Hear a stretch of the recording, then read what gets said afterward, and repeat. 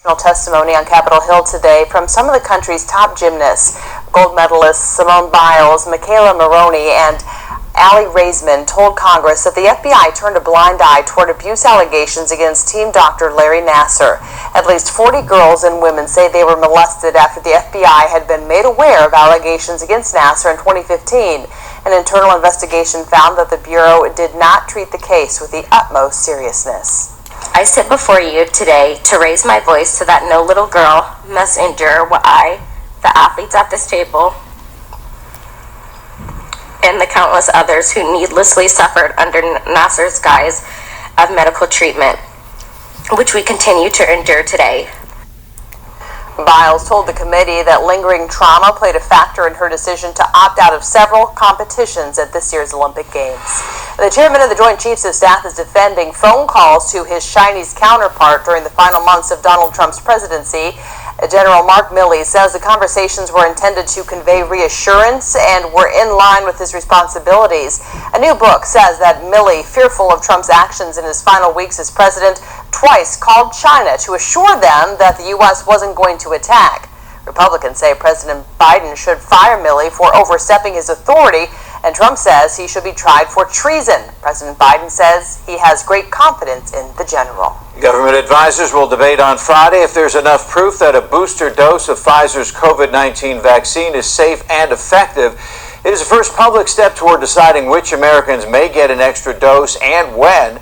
The FDA has posted much of the evidence that it'll ask outside experts to consider at that meeting. Pfizer says that while protection against severe disease is holding strong, immunity against minor infection wanes somewhere around 6 to 8 months after the second dose. A memorable high school tradition is back at schools across Northeast Ohio, but Maya Malai tells us tonight this year's homecoming celebrations will look different as schools navigate how to dance amid COVID.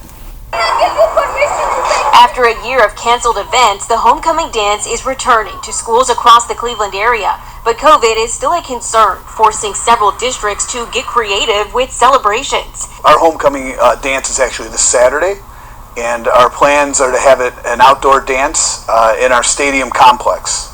We won't be on the field, but we'll be in the stadium complex. Dancing, we're also going to allow kids to bring things to do on the turf if they'd like to. The Independence High School principal says they're moving the party outdoors in an effort to keep students healthy. There'll probably be about 200 to 250 kids at the dance.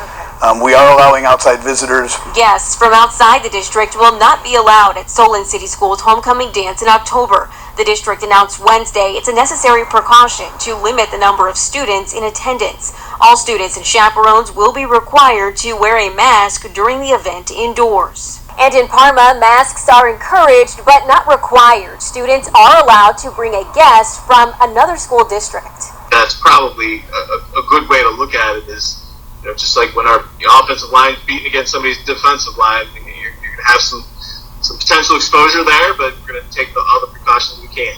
Brecksville, Broadview Heights, along with the Twinsburg City School District, are planning an outdoor dance. By allowing it to be outdoors, it's much like allowing a football game to happen, right? So you can enjoy being in the presence of your friends without the restrictions that you have to encounter when you're inside of a facility. For example, we won't require the students to have masks on. Back in Independence, the goal is to provide a fun yet safe environment for the return of this memorable high school tradition. The kids are so excited to be back and have activities like a homecoming dance. It's really fun to see them and how excited they are and appreciative they are for every opportunity they get to celebrate being teenagers and going to high school. In Independence, Maya Balai, Fox 8 News. History is made at Cape Canaveral tonight. SpaceX launched its first private spaceflight, blasting off with 2 contest winners, a healthcare worker, and their wealthy sponsor. It is the first time a rocket streaked toward orbit with no professional astronauts on board. The capsule, which is automated, is aiming for an unusually high orbit, 100 miles higher than the International Space Station.